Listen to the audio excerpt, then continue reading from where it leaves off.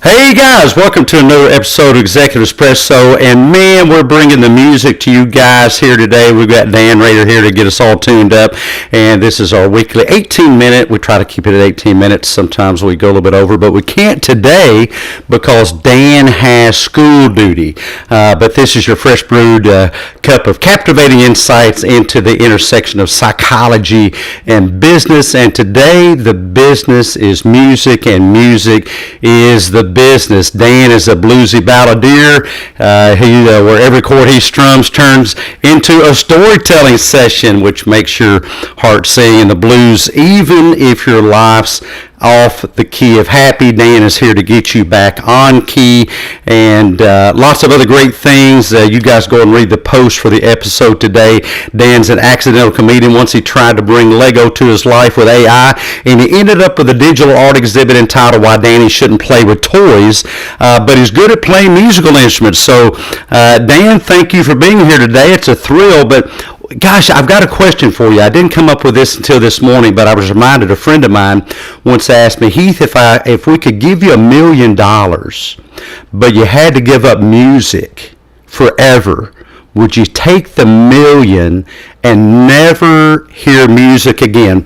What about you? I would say a hard no. That was an instant answer for me because it's not a great offer, really. If somebody's just going to give you $1 million, I would much rather keep music and then make $1 million with music and still be able to hear music. Now, man, that is thinking outside the box. Yeah, you thought deeper about that than I did. I just said no because I don't know, that there seems to be music in most every area of my life, and of course there's music that I can listen to on Spotify that kind of gets my mindset into a good mindset to work out. There's music that I've attached to memories with loved ones, memories with my wife. Of course, our childhood music when we were dating all was from the Footloose soundtrack, and so lots of great memories. But let's talk about the intersection of music and business. So how do you think that, number one, how do you think that in your life music really helps to connect people? Well, I guess, I don't know if I've ever told you this before, but my definition of music is pretty open. So I believe that music is anything that is organized sound and silence. So the one thing that it takes is really intention. I think a lot of times if we are musicians, or even if we idolize musicians or really look up to them, or have them as mentors, we might think that music is sometimes unattainable, and it's maybe got a high barrier to entry. But I think the opposite. I think that in the world, music just takes that connection, and it actually fosters connection. So in businesses and in the way that we run our daily lives, I think if we really just find the music in our own space first, which can be as simple as taking a breath, because that has auditory output. It's organized sound and silence. So music can be simple as a breath. I love that. Gosh, all these years of meditation, I've never heard someone put it so well. The breath itself can be music. You guys think about that when it comes to doing mindfulness with a spouse, a significant other, or loved one, that you're really sharing the music of the breath in the same space. That's just fantastic. So you're kind of a funny guy. You and I've done some funny songs, and I've got this whole psychological script or course that I kind of wrote, and we kind of jammed on that, And what do you think about? Is there comedy and music, or music and comedy, and how does one kind of support the other? And gosh, what can businesses do about this? Some of my favorite things on TV are funny comedy skits with businesses, and there's some type of tune in the background. This tune that I played at the front of the show was something that me and a composer worked on for a couple of months, because I wanted some type of motif. I said to him, look, man, I'm gonna come up with 7 notes, and I want it quirky. So it interests me psychologically that music can be quirky, goofy, serious, somber, romantic. I mean, how do you think music can do so much, including comedy? I would say because it's full brain, and I've actually written a lot about this, and there's so much research on this.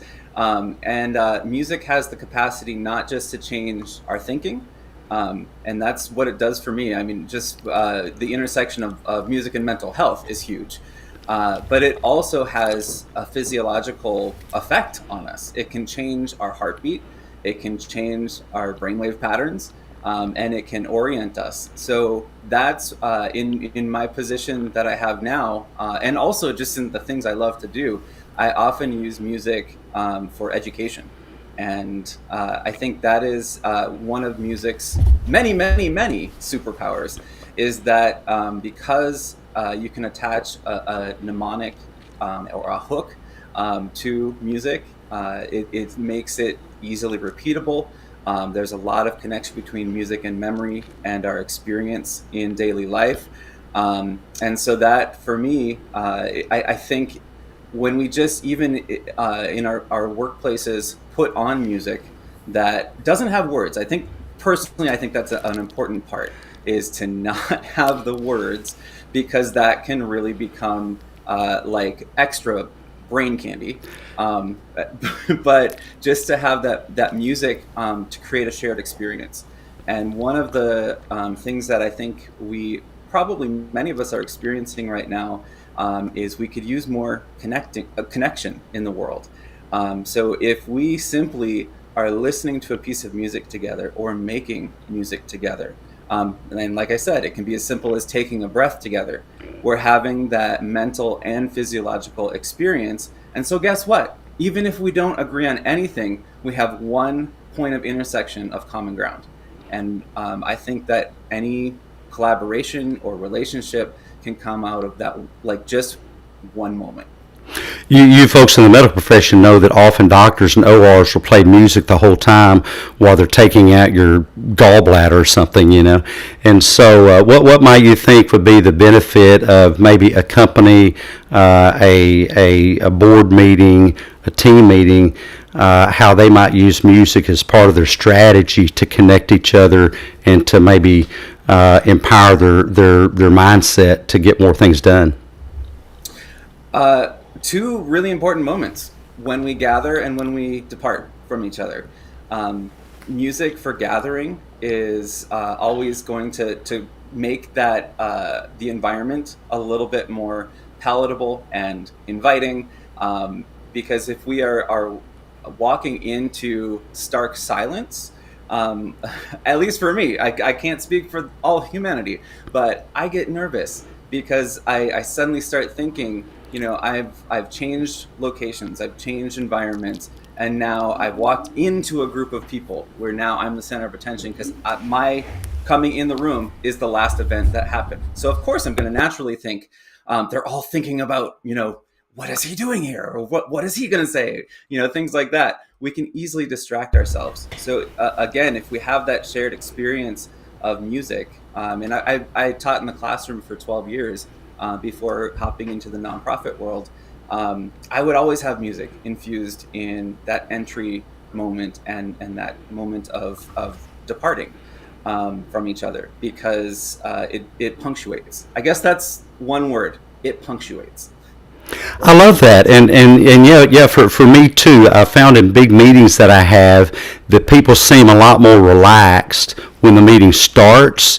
If you've got kind of a prelude of music that may be inspiring or adventurous or memorable, like a funny thing happened. I used to play a little bit of Def Leppard because the age group that was coming, they were from the era of Def Leppard, and I was at a hotel and I was playing this music and everything to get the meeting started, and then we took a break for lunch and nobody came back. I thought, holy crap. Did they not like the presentation? Did they not like the music or whatever? And then one or two people kind of drifted back in, and I'm not making this up. I'm honest to goodness not making this up. They said, Def Leppard is actually at the hotel, and everybody's there fawning over the Def Leppard guys. Well, I'm just playing their freaking music, have them come over and do a live for us, Of course, they're not going to do that. But, yeah, happy coincidence there. But whenever you play music, somebody is going to have a memory connected to that music. And so if you go through a playlist, then it increases the chances that someone's going to have a meaningful memory connected to that music, which may put them in a mindset to more engage with that meeting or that task. And so tempo, I guess there are different tempos that maybe calm people down or get people more engaged or get people more excited. What are some maybe musical tips and tricks you can share with us? Oh my goodness, I have two right off the top of the head that I think if you're in a teaching situation, for sure, this is where I've used these. But team building is always something that is welcome and needed in the business world. So one interesting activity to do actually involving tempos, this is everybody just needs a piece of paper, blank paper on both sides, and then you just choose two pieces of music. One has a slow tempo, and it has it's really just anything that's slow. And then on the flip side, anything that's fast. So what the people do is you put on 30 seconds of that slow tempo music. So I use like Beethoven's Pastoral Symphony usually when I do this activity. And then you see a lot of the response to it is people are having blues and greens and purples, and they're just like, oh, this is, we're just drawing, and that the only prompt is draw what you hear. Then they flip it over, and on the backside, I do like saber dance. And then people are like grabbing reds and like blacks and grays and stuff, and just frantically drawing. And a lot of the images are more jagged, as opposed to the Beethoven Pastoral, where they're rounder and more like breath and wind. So you can kind of make the point that hey, we have that in common too. We've not only have we listened to the same piece of music, but we look around at what people have drawn, and then it also gives points for discussion of how are we different? How did we hear this differently? That is awesome, and you've done that with young people, old people, Yep. That's amazing. So I did this actually. So I've done it in like pre-K all through 12th grade. It's same activity, no changes, and it works in every grade level. But the most interesting one was I did a workshop a couple years ago with Neuromaker STEM, and we were actually wearing BCIs, brain control interfaces, that were mapping our attention and mindfulness as we were doing this activity. And that is where I got to experience for the first time the data behind the claim that music is full brain, because we got to see how the music affected our brain waves and how that was a really strong correlation to our actions. That is simply amazing. What about having fun with music? How do you in your daily life recommend maybe just have some fun with it? I tell you one thing that I do, and I would not do it on camera. And that is I play music and then I move to it. It's not anything like someone in the ballet would do, but it's my own little ballet. And I recommend people just even in your private life, just add some groove to your music, add some music to your groove. I do it every night when I get my protein stack and my supplement stack ready. One of our friends, Maria, said she'd like to see that on the camera. It's not going to happen. Probably, more than likely. But what are some other fun ways to just add music to your life? And then maybe music in business, some other ways to add music in business. Yeah, well, I don't think I ever specifically answered your comedy question either. So kind of hand in hand, I think just getting together to perform music, like you mentioned, the dance party, like that is low barrier to entry, and that is extremely low barrier to entry. If you could only see, very low barrier. Right. But I think also just writing something together, and we've done that before. And you don't even have to know somebody to write music with them. You just have to share ideas, and then whatever it is, you can make a really goofy song. If that's the goal, if there's really no stakes, and like we're not trying to make a record together and make millions of dollars, but we're just trying to have build something together and have that creative experience. I think that is really powerful, and that it's uplifting. And that's what I was going to mention about your music at the beginning. Music has the power to uplift in general. So if you play something that's just quirky, and then you match it to an image that maybe is a mismatch, that can often be just kind of goofy fun. Oh yeah. Well, that's what a punchline is. That's what Data on Star Trek can never figure out, because he was so logical. You have to do a little bit of a disconnect, so that's got to be something kind of unexpected, And by the way, I want to thank all of our viewers for dropping those great notes in the chat there. Angie saying that her and her mom are listening to Mozart this morning, and that no way would she give up music. And Alvin Darius says that she's drawing now. She actually jumped right on your suggestion and started drawing as you recommended. And then her friend Justin is here saying, amazing to see you both. Also good to see you too, Justin. But let's see, we got a quick triple shot, and then Dan's out of here to do school duty, and he's going to leave us with a great affirmation. But what's your current top mental struggle, Dan? For me, right now, it's prioritization, and it always has been. Executive functioning skills. And so I wanted to share something that I have worked on with that, and that is a folder system. So I just keep things in folders, whether it's my desktop or actual files, and I only have what's current in the folder. Otherwise, I archive the rest. And that's something that I've done for students as well, because a lot of times if I see a big file full of things, whether it's electronic or analog, I get overwhelmed. So if there's only the most current and relevant things in front of me, I can prioritize. Fantastic. So prioritization, what's your best mindset hack? What do you tell yourself when things are kind of going downhill?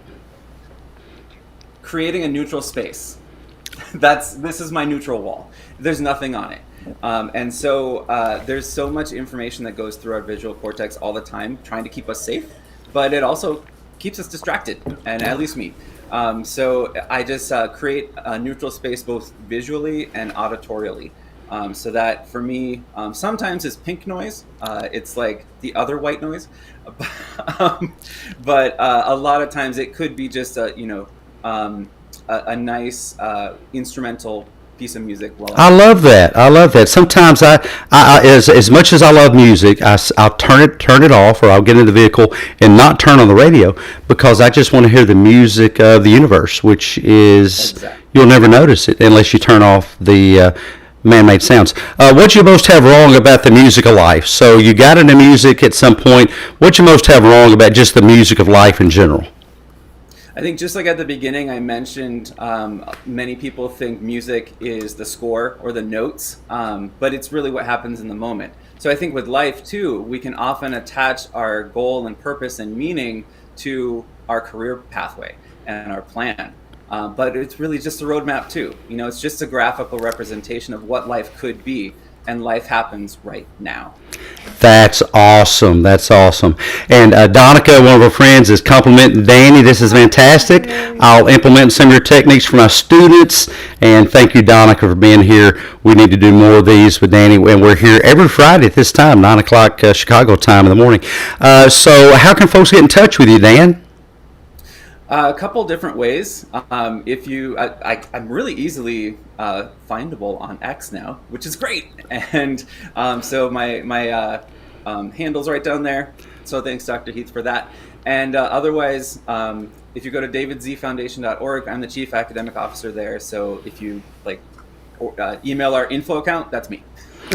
Awesome, and we're going to leave our crowd. Thank you guys for showing up here, whether you're watching live or in the replay.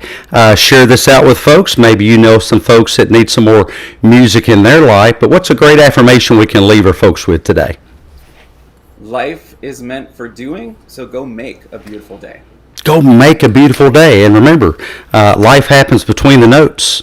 Life happens between the notes. So play the notes, but don't miss what comes in between. Dan, thanks so much for being here. We'll let you get on to your school duty. Guys, we'll see you next Friday at the same time. Bye-bye now.